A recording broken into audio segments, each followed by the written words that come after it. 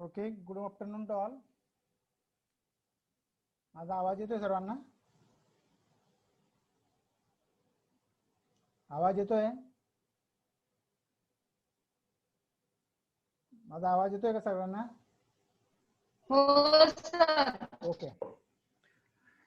तसं आपलं आता सेकंड युनिट चालू आहे, रेक्टिफायर्स अँड पॉवर सप्लाय. त्याच्यामध्ये आपण बघितलं की rectifiers, what are the rectifiers, half wave rectifier, full wave rectifier. नंतर आपण what is ripple factor for half wave rectifier and full wave rectifier we have calculated.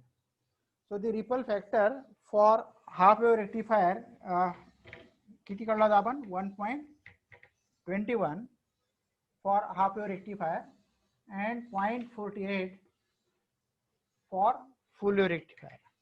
So this was the ripple factor. आपण ripple factor चे calculation केलं होतं, ripple factor.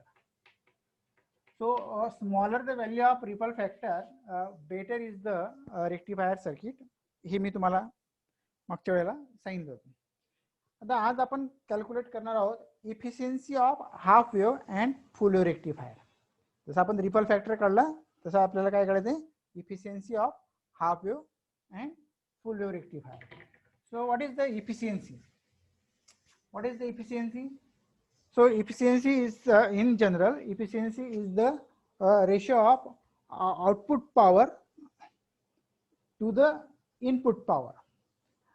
It is the ratio of output power to the input power. So this is the general definition of efficiency of any kind of machine or kind of circuit.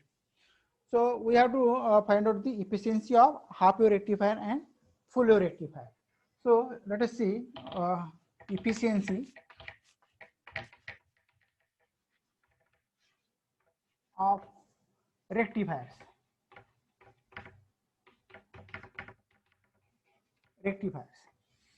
So efficiency it is defined as it is denoted by eta. Eta is equal to output power output DC power divided by input AC power. आपण हा general formula घेतला. What is efficiency? It is the ratio of output DC power divided by input AC power.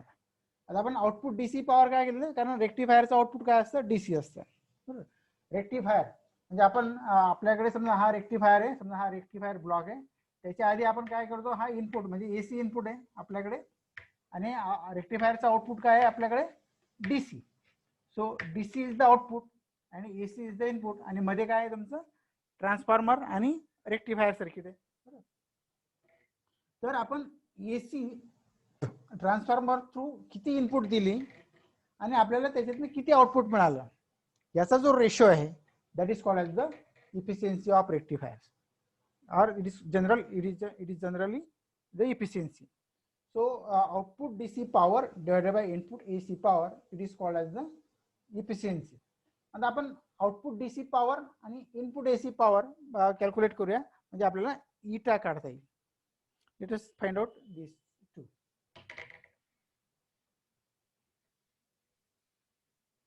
Blackboard छोटा आहे माझ्याकडे, त्याच्यामुळे मला अतिशय काळजीपूर्वक लिहावं लागेल. तर इटा इज इक्वल टू, इथे मी लिहितो इटा म्हणजे efficiency is equal to P DC म्हणजे DC power, output DC power upon P AC input power. कारण आपण इनपुट काय देतोय, AC देतोय, आपल्याला आउटपुट काय मिळते, DC मिळते. किती एसीचं किती DC मध्ये रूपांतर झालं, that is called as the efficiency. समजा 1 रुपया दिला, 1 रुपया मिळाला, इफिशियन्सी किती मिळाली, 1. बरोबर.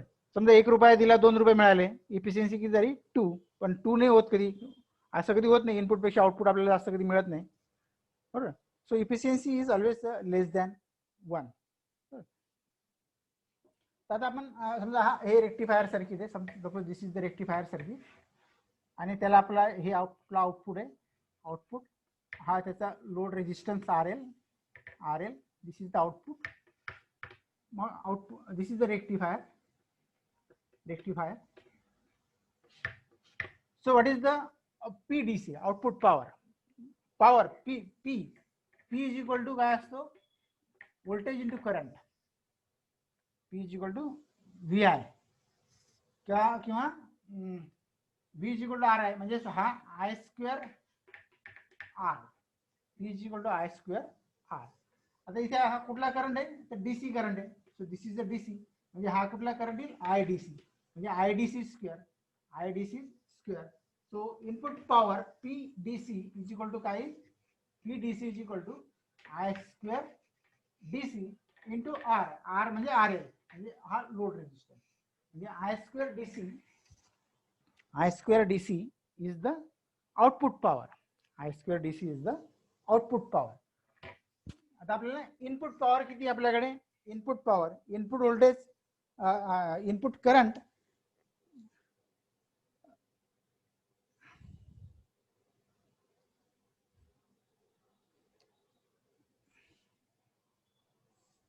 आता आपण रेक्टिफायर सर्किटच्या बाबतीत बोलतोय.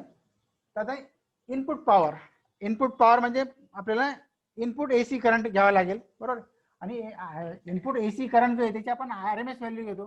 तर RMS किती घेतो आपण? RMS म्हणजे त्याचा स्क्वेअर. येतंय का लक्षात?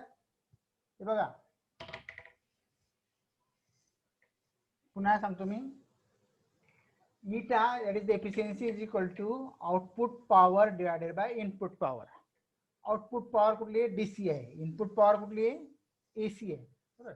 आता आपण जर आउटपुट पॉवर कॅल्क्युलेट करायचं म्हटलं तर आपल्याकडे हे रेक्टिफायर सर्किट आहे. रेक्टिफायरचा आउटपुट DC आहे, त्याला आपण लोड रेजिस्टन्स कनेक्ट केलेला आहे RL. या RL मधून जाणारे करंट काय आहे? IDC आहे, बरोबर. मग पॉवर किती आहे या लोड मधून जाणारी? P is equal to I square DC into RL ही झाली पॉवर, आउटपुट पॉवर. आता इनपुट पॉवर किती आहे? इनपुट पॉवर, आता इनपुट पॉवरला आता हा लोड तर तोच आहे, पण याच्यामध्ये एक डायोड आहे आपला. समजा हा डायोड आहे, एक डायोड असेल, दोन डायोड असतील, तर त्याचा जो रेजिस्टन्स आहे त्याला आपण फॉरवर्ड रेजिस्टन्स म्हणूया RF. Forward resistance RF plus RL, म्हणजे हा रेजिस्टन्स काय होईल त्याच्यामध्ये ऍड होईल, बरोबर. आणि AC करंट आहे, आणि AC करंट जो असतो त्याची RMS व्हॅल्यू असते, म्हणजे IRMS. करंट काय? IRMS. इनपुट करंट काय? IRMS, त्याचा स्क्वेअर आणि multiply by RF plus RL, बरोबर. मग I square RMS into RF plus RL, म्हणजे इफिशियन्सी काय आली? मग म्हणजे इन जनरल इफिशियन्सी काय आली? Efficiency is equal to I square DC into RL divided by I square RMS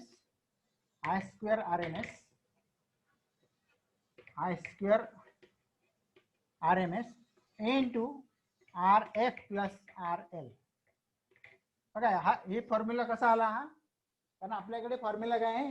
efficiency is equal to output power divided by input power. Output power काय आहे? DC. Input power काय आहे? AC.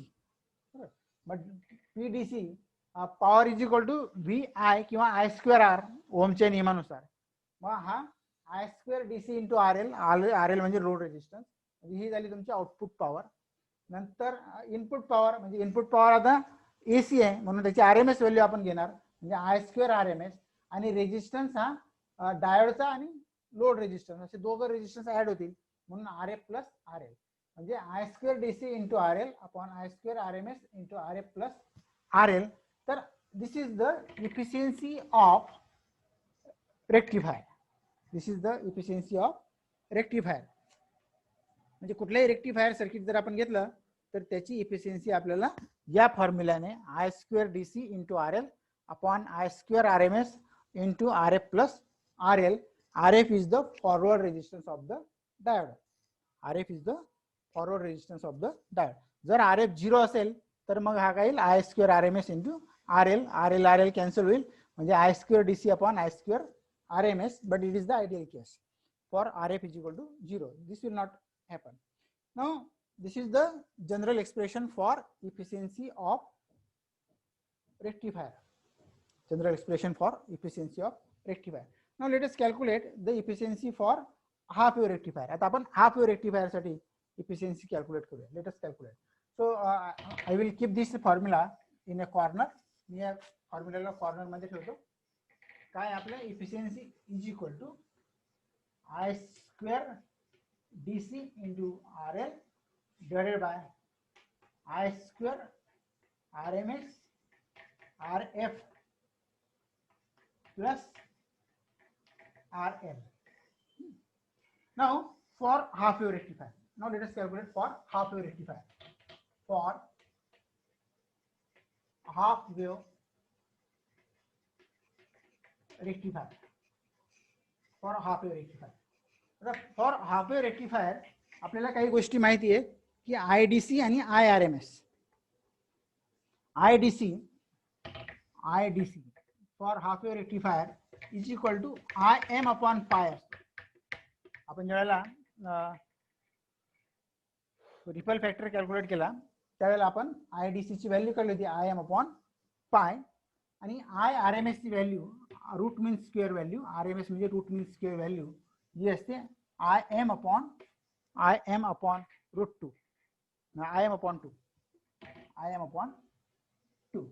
So IDC is equal to IM upon pi and IM upon 2. So IDC is equal to IM upon pi and IRMS is equal to IM upon 2. This is for half wave rectifier.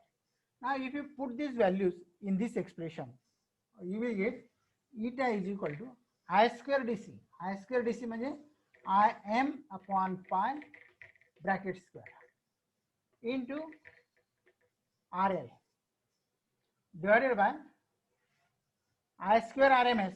I square RMS means IM upon 2 bracket square into RF plus RL. RF plus RL. So simplifying these terms, IM will get cancelled. This 2 upon pi factor will get cancelled there, and you will see that the factor will be, after simplifying all these terms, so it will comes out to be 0.0406 upon 1 plus RF upon RL.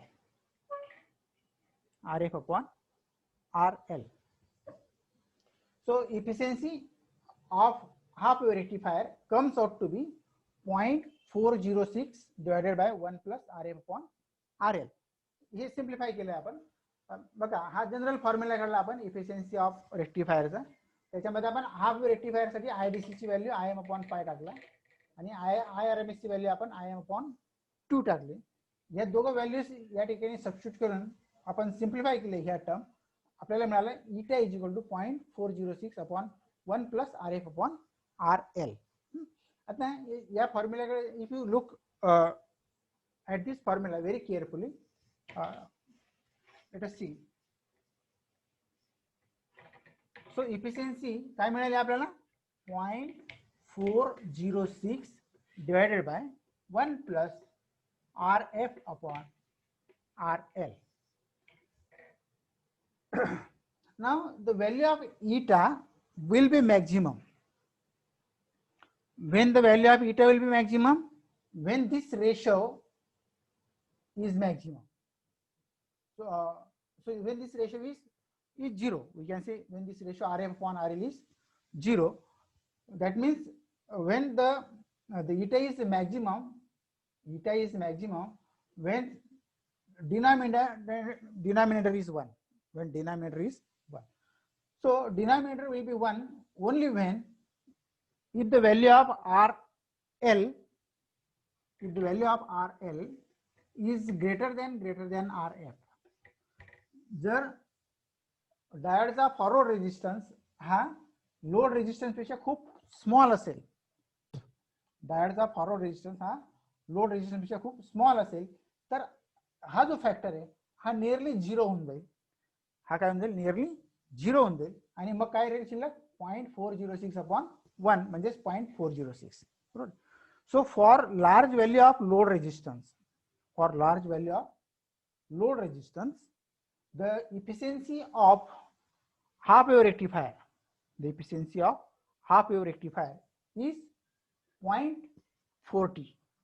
It is 0.40 or 40%. Efficiency of half wave rectifier is only 40%. So when you And provide half and फुल मध्ये दोघांमध्ये 40.6 असते sir. काय half and full rectifier मध्ये 40.6 नाही नाही नाही efficiency वेगवेगळी maximum efficiency efficiency वेगवेगळी आहे फुल वेव्ह मध्ये डबल होते मग. हा हा. नाही आपल्याला बघायचे ना अजून पुढचं बरं का. हो सर. आता आपण काय केलं फक्त efficiency of half wave rectifier काढले आपण. आपल्याला आता परत efficiency of full wave rectifier येते लक्षात. बघा हा जनरल फॉर्म्युला काढला आपण I² DC into RL upon I² RMS RF plus RL. या व्हॅल्यूज आपण सबस्टिट्यूट केल्या आपल्याला हा फॉर्म्युला मिळाला eta is equal to 0.406 divided by 1 plus RF upon RL. RF काय forward resistance of the diode आणि आपल्याला माहिती आहे की forward resistance of the diode हा निग्लिजिबल असतो, स्मॉल असतो. बरोबर. म्हणजे ही जी टर्म आहे RL जर तुमचं जास्त असेल तर ही टर्म 0 होऊन जाईल. ही टर्म 0 झाली की हा काय 0.406 डिवाइडेड बाय 1. बरोबर. म्हणजे 0.406 येईल. So maximum efficiency of half wave rectifier is 0.406. याचा अर्थ काय होतो? The meaning of this is that the 40% input will be converted into the output. म्हणजे 60% काय झालं त्या ठिकाणी लॉस झाला. किती झाला? 60% काय होतं? लॉस होतोय. बरोबर. कारण 100% तुम्ही दिलं तर फक्त तुम्हाला 40% आउटपुट मिळतंय. 100% इनपुट दिलं तर काय मिळतंय? 40% आउटपुट मिळतंय. म्हणजे इफिशियन्सी काय याची हाफ वेव्ह रेक्टिफायरची काय झाली? कमी झाली. It is only 40.6%. Efficiency of half wave rectifier is 40.6%. Now let us see. Sir full wave rectifier मध्ये डबल होऊन जाते ना व्हायची. हा डबल होईल ना, बघूया ना आपण डबल होते की आपल्याला ते फाइंड आउट करायचं ना. चला आता आपण सेम फॉर्म्युला आहे फक्त IDC आणि IRMS चे व्हॅल्यूज आपल्याला चेंज करायला लागतील. कशासाठी? तर फुल वेव्ह रेक्टिफायर साठी. तर same formula the same formula IDC I² DC into RL I² RMS RF plus RL. तर IDC for full wave rectifier. आता IDC for full wave rectifier is IM upon twice IM upon pi. येते twice IM upon pi. आणि IRMS जी असते किती असते? IM upon √2. IM upon √2. So these are the two values. तुम्ही म्हणा की या व्हॅल्यूज कुठून आल्यात? आपण मागच्या वेळेला हे कॅल्क्युलेट केलेले आहेत. तर या व्हॅल्यूज आपण सबस्टिट्यूट करूया. By substituting this values you will get. आता इथे आपण काय करा I² DC म्हणजे हा काय झाला 4IM upon pi bracket square divided by into RL divided by I² RMS म्हणजे हा IM upon √2 bracket square into RF plus RL. So again, if you simplify all these terms, you will get after simplifying all these terms, जर आपण या simplify केल्या terms I² M cancel होऊन जाईल 2 होईल. तर it is 0.812 divided by 1 plus RF upon RL. So eta is equal to 0.812 divided by 1 plus RF upon RL. बघा same formula आला फक्त फॅक्टर कुठला चेंज झाला? हा वरचा फॅक्टर चेंज झाला. इथं पहिल्यांदा हाफ वेव्ह मध्ये काय आला होता? 0.406 आला होता. आता इथे किती आला? 0.812 आला. बरोबर. म्हणजे 0.406 चा एक्झॅक्टली डबल जर केला तर 0.812 येईल. बरोबर. मग पुन्हा इथे हा RF is the forward resistance of the diode which is very negligible. RL is the load resistance. So if RL is greater than RF असं जर आपण घेतलं तर ही जी टर्म आहे इट इज निग्लिजिबल और it is nearly to the 0. म्हणजे eta is equal to 0.812 divided by 1 म्हणजे eta इज इक्वल टू काय आला? मग the maximum efficiency of full wave rectifier is 0.812. म्हणजेच काय याचा अर्थ काय झाला की 81.2% input, 81.2% input will be converted into the DC. It is converted into the DC.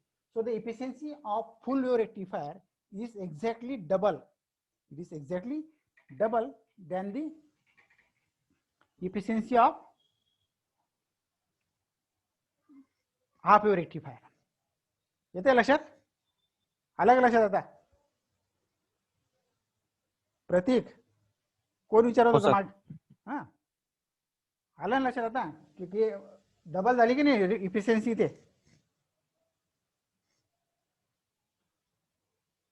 So हो सर. तर हे लक्षात ठेवा की efficiency of half rectifier is 0.406 and efficiency of full wave rectifier is 0.812. किंवा in case of percentage म्हटलं तर 40.6% and 81.2%. So full wave rectifier is more efficient than the half wave rectifier. Is it clear? हा, तर आता आतापर्यंत आपण काय बघितलं? आता रेक्टिफायरचं सगळं बघितलं आपण. बघा स्टार्टिंग पासून व्हॉट इज रेक्टिफायर बघितलं आपण. Rectifier is a circuit which convert AC power into the DC power. त्याच्यामध्ये आपण हाफ वेव रेक्टिफायर आणि फुल वेव रेक्टिफायर हे दोन रेक्टिफायर्स बघितले आपण. फुल वेव रेक्टिफायर, फुल वेव रेक्टिफायर मध्ये दोन प्रकार आहेत. एक सेंटर टॅप ट्रान्सफॉर्मर वापरून आणि एक ब्रिज रेक्टिफायर. असे आपण फुल वेवचे दोन प्रकार पाहिले, सेंटर टॅप आणि ब्रिज रेक्टिफायर. नंतर आपण हे बघितलं की output of the rectifier is not perfect DC, it is a pulsating DC. म्हणजे AC component is present along with the DC component, आणि हा जो AC component present along with the DC component असतो त्याला आपण रिपल म्हणतो. And this ripple is undesirable, it is unwanted, it must be removed. आणि म्हणून आपण त्यासाठी काय वापरतो? फिल्टर सर्किट वापरतो. So filter, what is the filter? A filter is the circuit which removes unwanted AC component present in the output of the rectifier circuit. And there are various types of filter circuits. For the syllabus we do not have all the circuits there, पण आपण filter circuits जे तर inductor filter असतो, capacitor filter, पाय filter. So filter,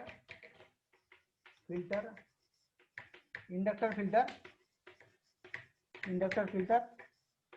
capacitor filter, पाय filter.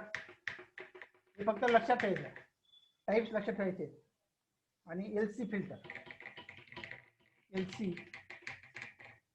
Filter अजून त्याच्या पुढचे प्रकार आहेत, आपल्याला ते बघायचे नाही आहेत. तर फिल्टरचं काम काय? What is filter? Filter is the circuit which removes unwanted AC component present in the output of the rectifier circuit. आता आपण रेक्टिफायर सर्किट जर घेतलं, let us see rectifier circuit. हा माझ्याकडे रेक्टिफायर आहे, हा रेक्टिफायर समजा, हा रेक्टिफायर, हे त्याचा output. So this is the output of the rectifier, आणि हा आपला इनपुट आहे. इनपुट तर नेहमी एसी असतं. तर रेक्टिफायर समजा आपण फुल वेव रेक्टिफायर घेतला तर फुल वेवचं रेक्टिफायर आउटपुट व्होल्टेज आपल्याला या पद्धतीने मिळेल. So this is the output of the rectifier, this is output of. आता हा हे जे आउटपुट आहे, this is the maximum voltage VM. So this is the output of the full wave rectifier. हे आपण फुल वेव रेक्टिफायरचं आउटपुट आहे. आता याला परफेक्ट डीसी आहे का? हा, it is not a perfect DC. Perfect डीसीचा ग्राफ कसा असतो? परफेक्ट डीसीचा ग्राफ असा असतो, स्ट्रेट लाईन ग्राफ असतो. म्हणजे हे जे व्होल्टेज आहे हे असं कॉन्स्टंट दिसेल तुम्हाला, बरोबर. म्हणजे तुम्ही हा टाइम ऍक्सिस आणि हा व्होल्टेज ऍक्सिस जर घेतला तर आपल्याला व्होल्टेज काय असतं? कॉन्स्टंट. आपल्याला असं कॉन्स्टंट व्होल्टेज मिळायला पाहिजे.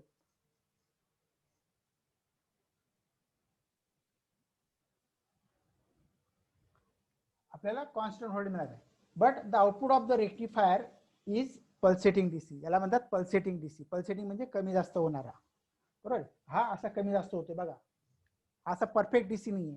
हा काय कमी जास्त होणार आहे, कमी जास्त होतो हा. म्हणजे it is a pulsating DC. याला म्हणतात पल्सेटिंग डीसी. म्हणजे याच्यामध्ये काय AC component along with the DC component, बरोबर. मग हा एसी कंपोनंट काय असतो? हा आपण रिमूव्ह केला पाहिजे. इट शुड बी रिमूव्ड, बरोबर.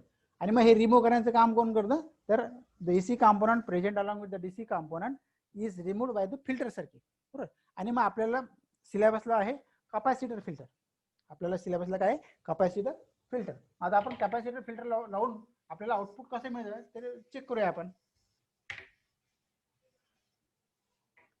समजा हा रेक्टिफायरचा आउटपुट आहे. आपल्याला या ठिकाणी रेक्टिफायरचा आउटपुट मिळाला आपल्याला. त्याच्यानंतर आपण काय करणार, एक कॅपॅसिटर जे या ठिकाणी आपण काय करणार, जोडणार एक कॅपॅसिटर जोडणार या ठिकाणी. समजा so this is the capacitor. हा दिस इज द कॅपॅसिटर.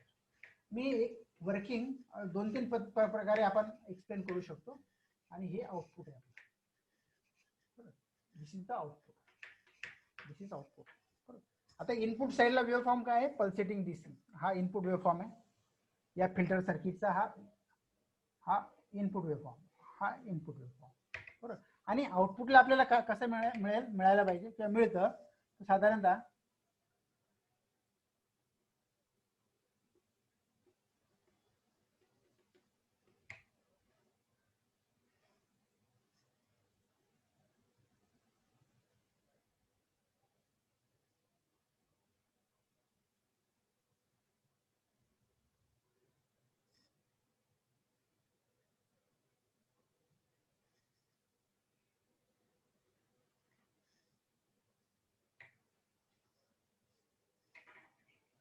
बघा, केअरफुली लिसन करा. कॅपॅसिटरचं फंक्शन काय आहे, to pass AC and block DC. Pass AC and block DC. एक लक्षात ठेवायचं, एक वाक्य लक्षात ठेवायचं. The function of the capacitor is to pass AC and block DC. बरोबर. आता इथून जो सिग्नल आपल्याला मिळतोय, इथून जो वेव्हफॉर्म मिळतोय तो एसी आणि डीसी दोघं आहेत. त्याच्यामध्ये काय एसी आणि डीसी. बरोबर. आता समजा आपण ए आणि बी या पॉइंट्स मध्ये कॅपॅसिटर जोडला आपण, म्हणजे हा जो पल्सेटिंग डीसी आहे तो या ए आणि बी पॉइंट्स मध्ये आला. बरोबर. आता कॅपॅसिटरचं काम काय, pass AC and block DC. Pass AC and block DC. मी अगदी सिंपल वर्ड्स मध्ये सांगतोय. तुम्ही एवढं जरी लक्षात ठेवलंय की the function of the capacitor is to pass AC and block DC. आता जो एसी सिग्नल आहे, म्हणजे एसी जो आहे at point A appearing at A. समजा ए या पॉइंटला जो एसी कंपोनंट मिळतोय आपल्याला, जो मिळतोय तो काय होईल, बायपास होऊन जाईल, बी कडे चालला जाईल. इट इज बायपासला, ग्राउंड कडे चालला जाईल. बरोबर. म्हणजे the function of the capacitor is to pass AC and block DC. म्हणजे जो डीसी आहे तो बी कडे जाणार नाही, तर डीसी कुठे जाईल, आउटपुट कडे चालला जाईल. बरोबर. म्हणजे याचा अर्थ काय झाला की automatically the AC component is filtered. Automatically the AC component is filtered out. आणि त्याच्यामुळे आपल्याला आउटपुटला काय मिळेल, मोर परफेक्ट डीसी मिळेल. You will get more perfect DC. Now how actually the capacitor works. Let us see how actually the capacitor works.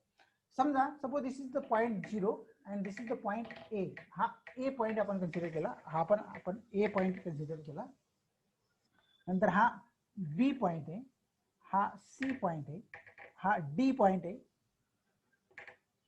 आणि हा E point आहे. आता याचा capacitor, how the capacitor act as a filter. तो filter म्हणून कसं काम करतो, let us see. Now when this waveform starts from 0, त्याच वेळेला समजा हा वेव्हफॉर्म इथून स्टार्ट झाला की तो आपण एक कॅपॅसिटरच्या अक्रॉस जोडलेला आहे. बरोबर. तर it charges the capacitor to the peak value. आता हा जो कॅपॅसिटर ह्या कुठपर्यंत चार्ज होईल, पीक व्हॅल्यू पर्यंत, व्हीएम पर्यंत. बरोबर. म्हणजे हा जो कॅपॅसिटर आहे, जसं काही हा एक रिकामी टाकी आहे आणि त्या टाकीमध्ये आपण फ्लो सोडला तर ती टाकी काय होईल, भरत जाईल. बरोबर. तसा हा capacitor from 0 to A the capacitor charges. 0 पासून ए पर्यंत ज्यावेळेला हा इनपुट वेव्हफॉर्म राईज होतोय त्यावेळेला हा कॅपॅसिटर काय होतोय, चार्ज होतोय, फुल्ली चार्ज होतोय. बरोबर. आता त्या ठिकाणी रेजिस्टन्स नसल्यामुळे त्याचा चार्जिंग टाइम जो आहे तो रायझिंग टाइमच आहे. म्हणजे जेवढं तुम्ही व्होल्टेज अप्लाय करणार इन्स्टंटली इट विल चार्जेस, लगेच तो चार्ज होईल रेजिस्टन्स नसल्यामुळे. जर रेजिस्टन्स राहिला असेल तर it will take a time. बरोबर. But here no resistance is there, therefore as soon as the waveform appears across this capacitor it charges fully. हा इथपर्यंत फुल चार्ज झाला, कुठपर्यंत, ए पॉइंट पर्यंत. आता ए पॉइंटच्या पुढे काय होते, इनपुट सायकल, इनपुट वेव्ह काय होते, इट इज डिक्रीजिंग. इनपुट काय होते, कमी होत जाते. पण त्यावेळेला हा जो कॅपॅसिटर आहे हा फुल्ली चार्ज आहे. हा फुल्ली चार्ज असल्यामुळे काय करेल तो, it will provide the charge to the output. तो काय करेल, आउटपुटला चार्ज प्रोव्हाइड करेल. म्हणजे ए पासून तो समजा या या या या वेळेपर्यंत काय इनपुट सायकल काय लोअर आहे, इनपुट सायकल इज लोअर, बरोबर. So it will this capacitor will provide the charge. तेवढ्या वेळेपुरता काय करेल हा कॅपॅसिटर, चार्ज प्रोव्हाइड करेल, कारण त्याला ऑलरेडी त्याच्याकडे फुल चार्ज आहे, बरोबर आहे. ज्यावेळेला दुसरा सायकल येईल अपेअर होईल या ठिकाणी, when the second cycle comes here, मग पुन्हा हा कॅपॅसिटर काय होईल, तिथून पुन्हा चार्ज होऊन जाईल. कुठपर्यंत, सी पर्यंत चार्ज होईल. पुन्हा सी पासून input cycle, input waveform काय आहे, कमी होते, बरोबर. मग पुन्हा तो capacitor it will provide the charge. म्हणजे in this way the capacitor smooth out, the output. म्हणजे आपल्याला परफेक्ट डीसी द्यायचा प्रयत्न करतो capacitor. So capacitor gives the perfect DC by providing the charge during the when the input voltage is decreasing below the peak voltage. ज्यावेळेला पीक voltage पेक्षा input voltage कमी असेल त्यावेळेला दिस कॅपॅसिटर प्रोव्हाइड द चार्ज. आणि म्हणून आपल्याला ही जे ऍक्शन आहे आपल्याला आउटपुटचे it is a perfect DC मिळतं, आपल्याला परफेक्ट डीसी मिळतं. So this is all about the action of the capacitor. कोणाला काही शंका असेल तर विचारा, एकच मिनिट बाकी राहिलंय.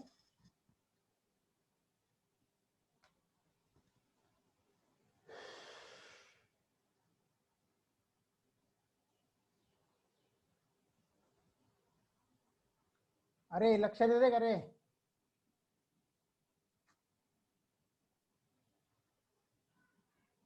चंदन?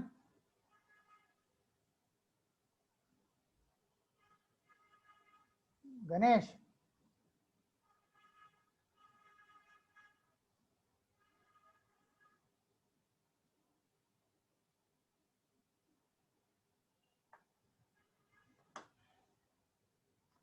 कोणाला काय शंका आहे का? समजलं नसेल तर सांगा, पुन्हा एक्सप्लेन करतो वाटल्यास.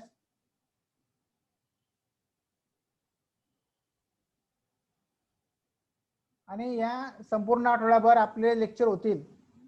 उद्या परवा हे सेकंड युनिट पण आपलं संपेल, उद्याच संपेल शक्यतो. नंतर आपण तिसऱ्या युनिट कडे जाऊया. चला ठीक आहे, okay, thank you for all joining the lecture.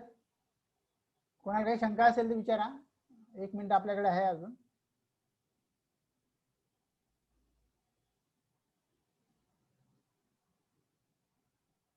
प्रतीक गेला का?